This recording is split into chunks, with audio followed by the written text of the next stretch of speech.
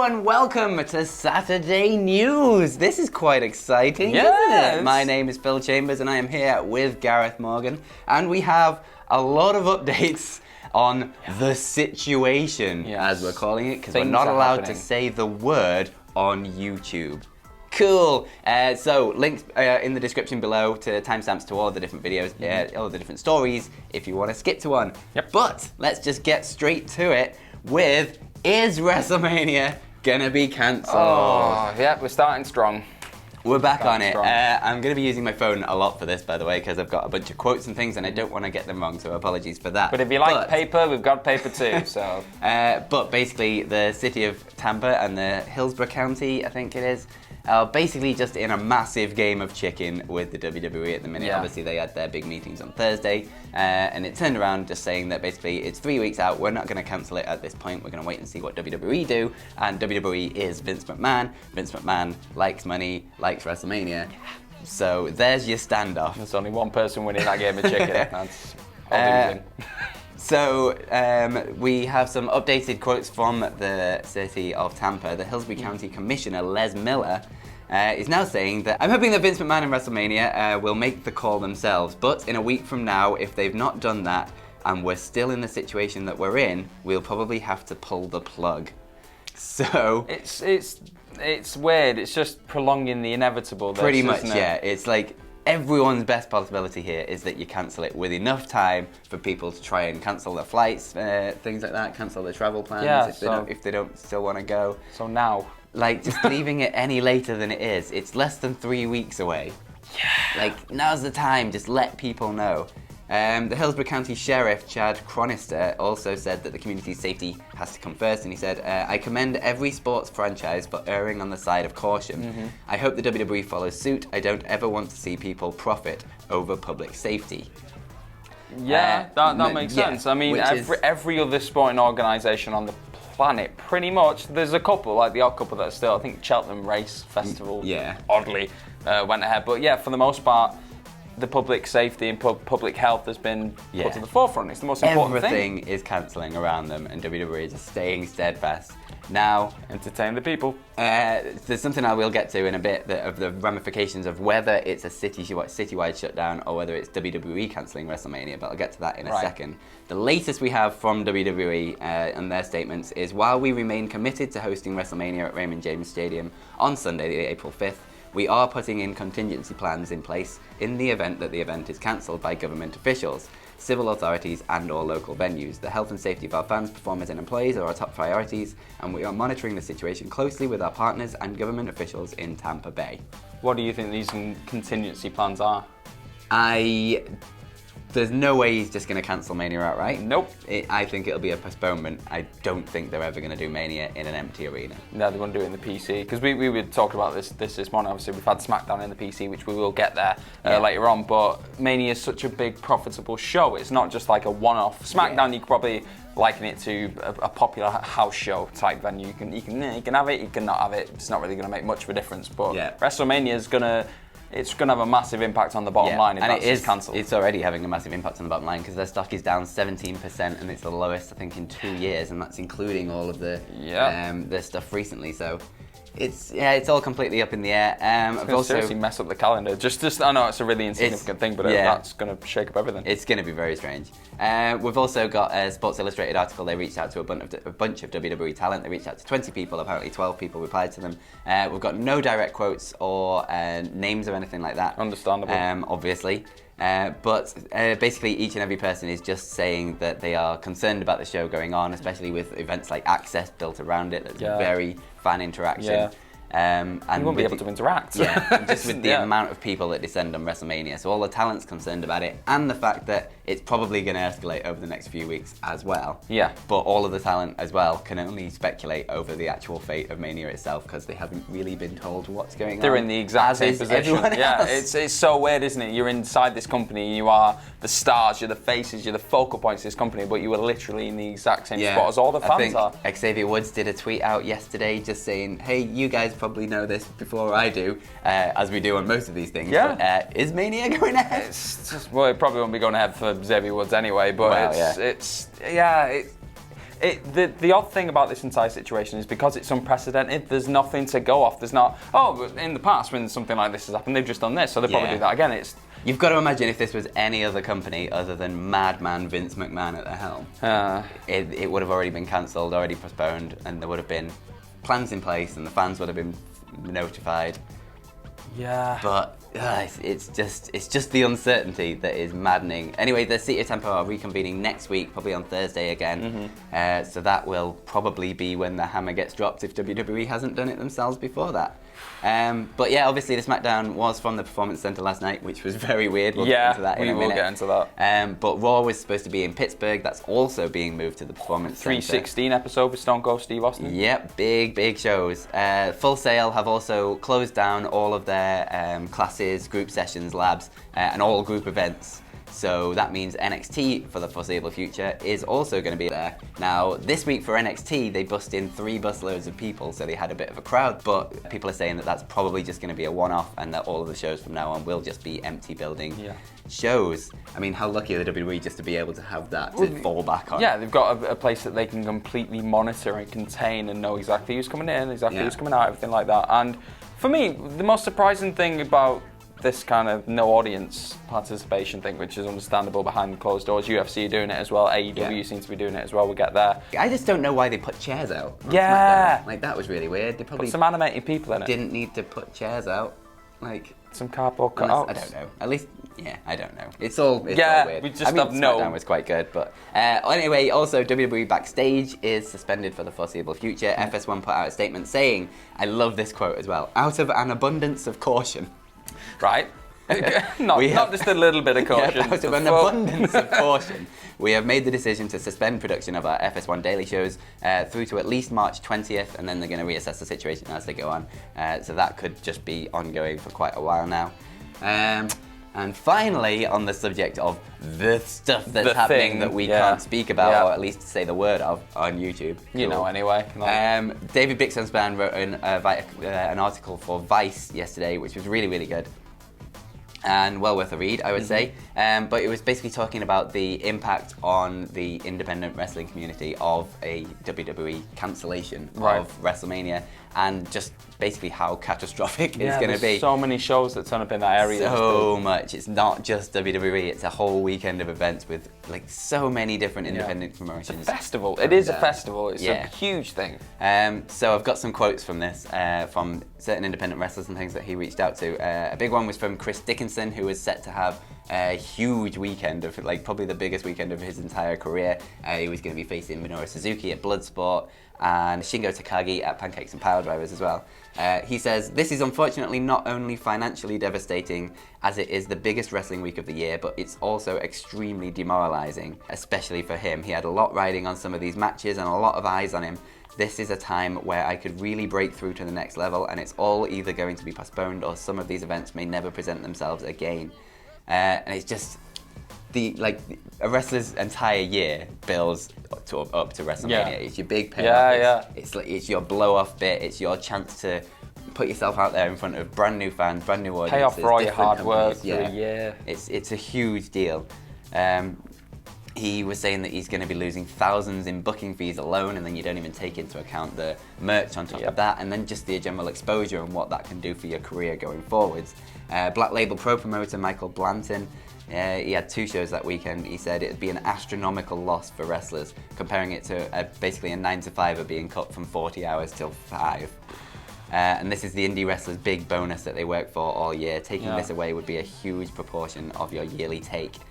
It's equivalent like a Christmas bonus, really, isn't it? Yeah, for most indie crazy. wrestlers. Imagine that just being taken away from you. Yeah, Game Changer Wrestling have really upped their game this year. They've developed this collective. They've basically been putting on an entire weekend of shows in one venue.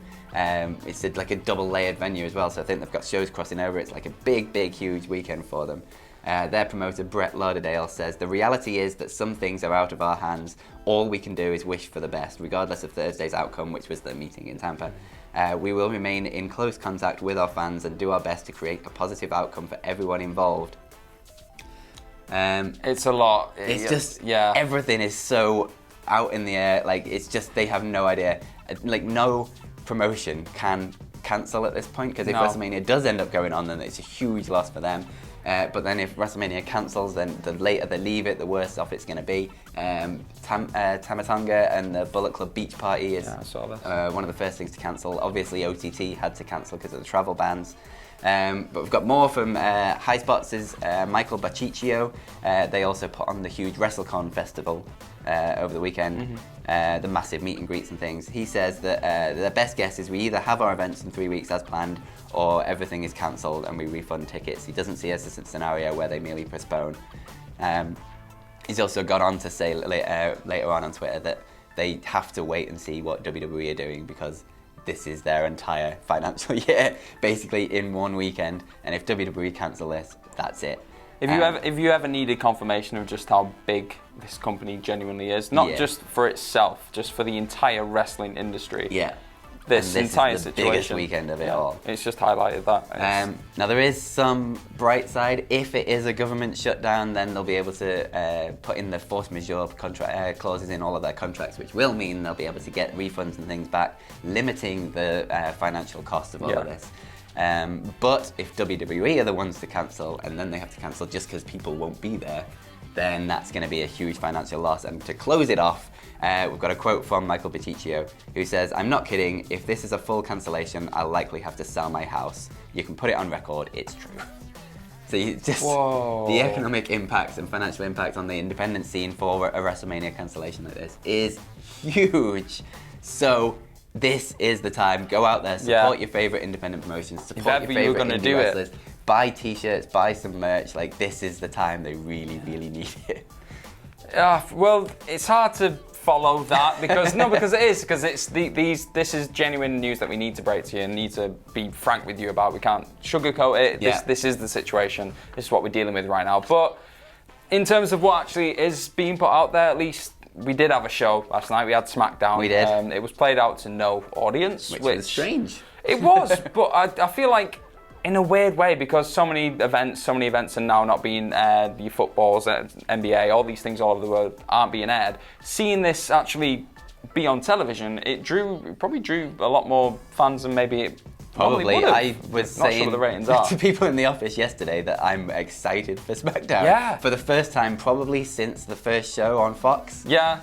And a long time. This was better than that show. I'll say it outright. Yeah. For me, it was. But the most surreal thing coming out of it, obviously, we had John Cena coming back. He had a showdown with Bray Wyatt, and he said the school teacher, the kids' TV show presenter Bray Wyatt, who got an excellent promo. If you've not seen that, go and check that out right now, because that's one of my favourite of the year. I thought it was surreal. And then you also had Roman Reigns doing a sit-down interview in the middle of the ring. You had Triple H on commentary. Jeff Hardy came back. He's got a new tattoo. Really cool. Yeah. And a new finisher. The twist of Fury. Fury, that's twist the one. Of hate, I nearly called it. Basically swinging neckbreaker. Yeah, it looked venomous. He looked good. Jeff looked good. He was one of the few people I think benefited from having no crowd there, because it felt like a tune-up match. Maybe, yeah. Weirdly. I watched it and I was a bit like, I feel like I'm watching Jeff practice right now. It was what it was. Some people... Some segments work better than others. Yeah. You had a lot of the heel type things where you had people coming out berating people, saying you're this, you're that. Yeah. You didn't really have the reaction to work off. It was a bit like they're annoying, aren't they? It's a bit weird. Miz and Morrison worked off it quite well. Yeah. They just saying, if anyone has an opinion about this, speak up now. Nothing. It was quite good. And Roman Reigns had a nice babyface moment where he was like, this reminds us why we do this so we can have people in the seats. We're doing it for you guys at home and girls and everyone at home. So that in itself, it was an odd show, but I don't know. The weirdest thing about it was the fact that they were building a lot of the Mania programs still, which they can't just suddenly go, can't forget about it. But it's all still going on. I did notice as well they've taken the date off of the Mania like logos and things that they've put on. So it's little things. Like they definitely with Crown Jewel. Surely they know that it can't happen. Yeah.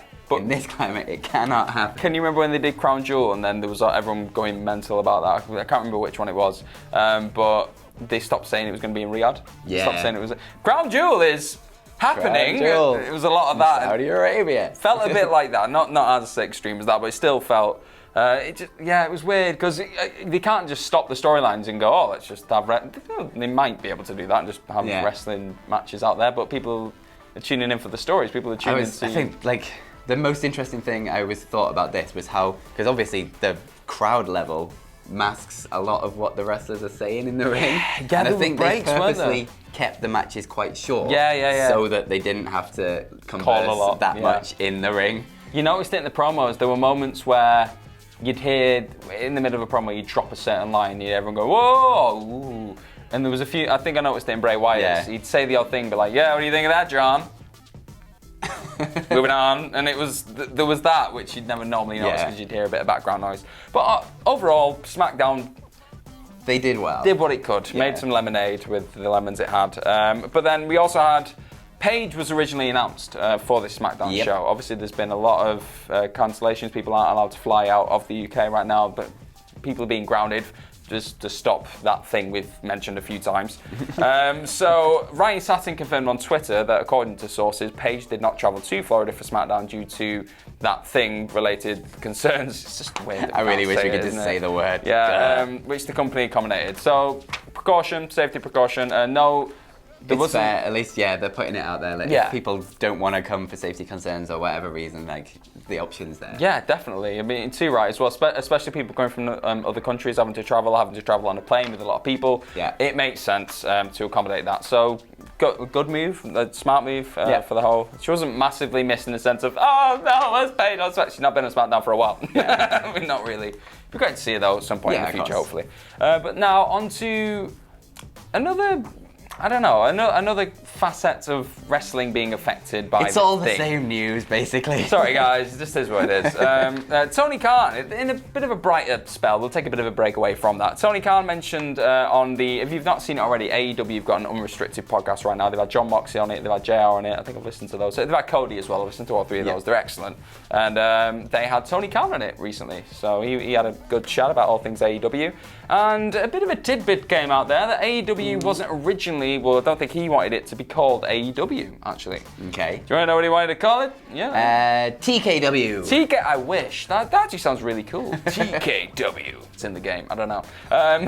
His quote was, "It wasn't exactly AEW to begin with. Actually, my first idea was something first called World's Best Wrestling. Because I was trying to... I know, I can't really do much with that. That sounds like a backyard federation you make as your kid. WPW. World's Best Wrestler. Well, it's right, they are. Because I was trying to, which, at the end of the day, it's a similar meaning to All Elite Wrestling. Trying to say we're doing great wrestling, right? Just do it, doing great wrestling. That's terrible. Yeah. DGWW, that's what I would call it. Doing great wrestling. That's what we are. I mean... glad they went with AEW. Yeah, definitely. Gotta say. World's Best Wrestling. Wow. Tony Khan's got some great ideas, and he brings an awful lot to AEW. But he does. That name was not one of them. That's yeah. Moving swiftly on. Dave Meltzer mentioned, obviously we just mentioned before that SmackDown had their show in front of no crowd. UFC are doing that tonight. AEW now were expected in their next show, Dynamite, their next show on Wednesday in Jacksonville. They were expected to still have audience members in. They were advertising this on Twitter and on the website, saying doors are going to open at this time, going ahead like they would normally. Yeah. But he said Dana White there. Dana White in a turn of events. No, Dave Meltzer mentioned on Twitter. He said just a note from AEW: Wednesday's show at Daly's Place is still on, but things are still having to be worked out as far as details go. But it will have to be without fans. Understandable. Yeah. Thankfully, though, now because we've had SmackDown, we've experienced the show without anybody in the audience, so I don't think it's going to be as shocking and jarring. It'd be interesting to see sort of the AEW version of this. Yeah. Obviously, WWE have the ability to just not go in the arenas at all and do a cut-down version in the Performance Center, which looks like it's going to be their home for quite some time now. Right, yeah, it looks all right.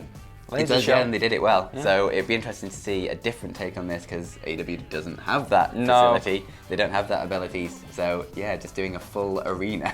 Yeah. And whether they incorporate that into the matches somehow. I mean, knowing AEW, knowing the minds, they'll pull it off, they're going to be very tongue-in-cheek and knowing about the entire situation. Yeah. Tongue-in-cheek, not disrespectfully tongue-in-cheek, but they're going to be running an arena with no people. They're going to reference that. Again, I will be tuning in, anticipating exactly what's going to happen. Such a weird time to be watching wrestling, because the show can't stop, because wrestling never ever stops. And you've got to come at this from two angles, in a sense that it's amazing that these companies are still putting on these shows for the value of entertainment and everything else, because you can't imagine they're making too much off the shows if people aren't turning up. So that's incredible, and we're very thankful that the wrestling is still happening. But equally, you've got to still make sure those stars are safe, and all your staff are safe, and you're not doing this without them in mind, because there's been no cases of that thing being in any of these companies. And obviously everything is still in flux and everything is still up in the air, and no one really has a clue what they're doing at this time. So I just want to make sure that everyone in those companies is safe and well, and their health is coming first at the end of the day. That's more important. The last thing I want to go into, again, we're just going to try and swerve away from that thing, just to leave you on I wouldn't say a positive note, but a different lighter note. Yeah, lighter note. Dash Wilder of the Revival fame.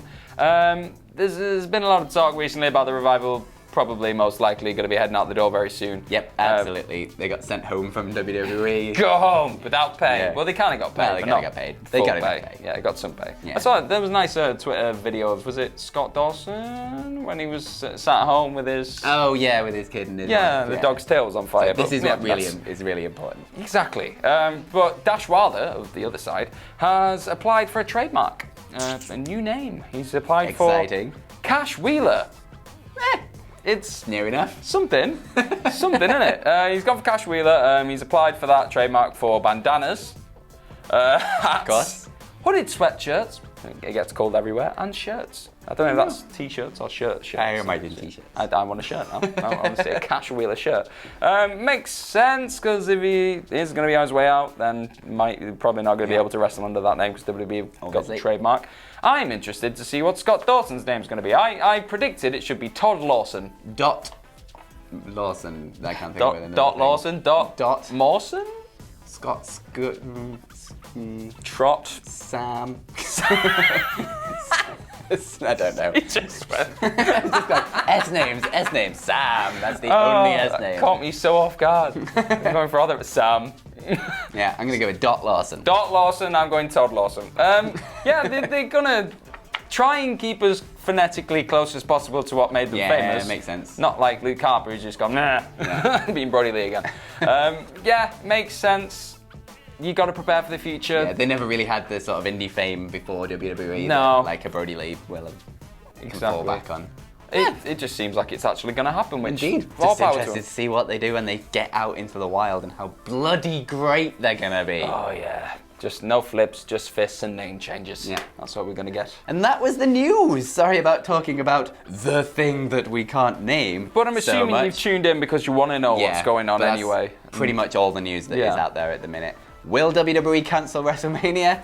Who knows at this point? Let us know down in the comments below what you think they should do. And yeah, I've been Phil Chambers. You can follow me on Twitter at PhilMyChambers. I have been Gareth. Yes, you will find me at gmorgan04. Send me loads of pictures of you enjoying your time right now, because we need smiles on our faces in times like this. And you can follow all of us at WhatCulture at WhatCultureWWE. Go subscribe to Kayfabe News on YouTube. There is a brand new episode out right now.